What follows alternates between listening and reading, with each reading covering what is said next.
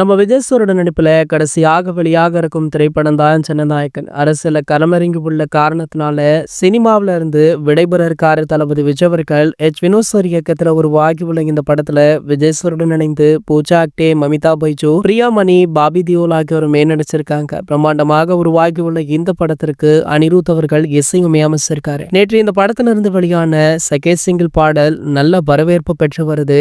ஜனவரி 9ஆம் தேதி ஜனநாயகன் வெளியாக இருக்க நிலையில் வெளிநாடுகள்ல முன்பதிவு ஸ்டார்ட் ஆகியிருக்கா. இது வரைக்குமே நடந்த முன்பதிவுல யூகேவுல மட்டுமே 1.3 கோடி ரூபாய் வசூல் பண்ணிருக்கா. மேலும் லியோ படத்துடைய சாதனையை முறியடிச்சிருக்கு. அது எப்படி அப்படின்னு பாத்தீங்கன்னா, லியோ படம் முதல் நாள் முன்பதிவுல யூகேல மட்டுமே 10,000 டிக்கெட்ஸ் விற்பனை ஆச்சு. ஆனால் தற்போது ஜனநாயகன் படத்திற்கு 12,700 டிக்கெட்ஸ் விற்பனை செய்யப்பட்டிருக்கா. இதன் மூலம் லியோ சாதனையை ஜனநாயகன் திரைப்படம் முறியடிச்சிருக்கு.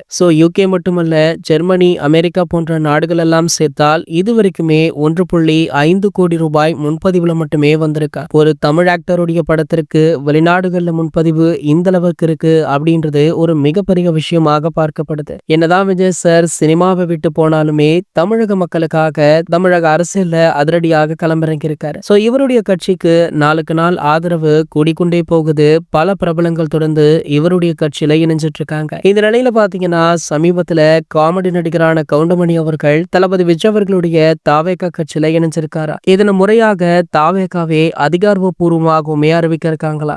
இந்த அறிவிப்பு 1 அல்லது 2 நாட்கள்ல வெளியாகும் அப்படின்னு எதிர்பார்க்கப்படுது. இது போன்ற செய்திகளை பற்றி நீங்க உடனே தெரிஞ்சுக்க நம்மளுடைய சேனலை மறக்காம சப்ஸ்கிரைப் பண்ணிக்கோங்க.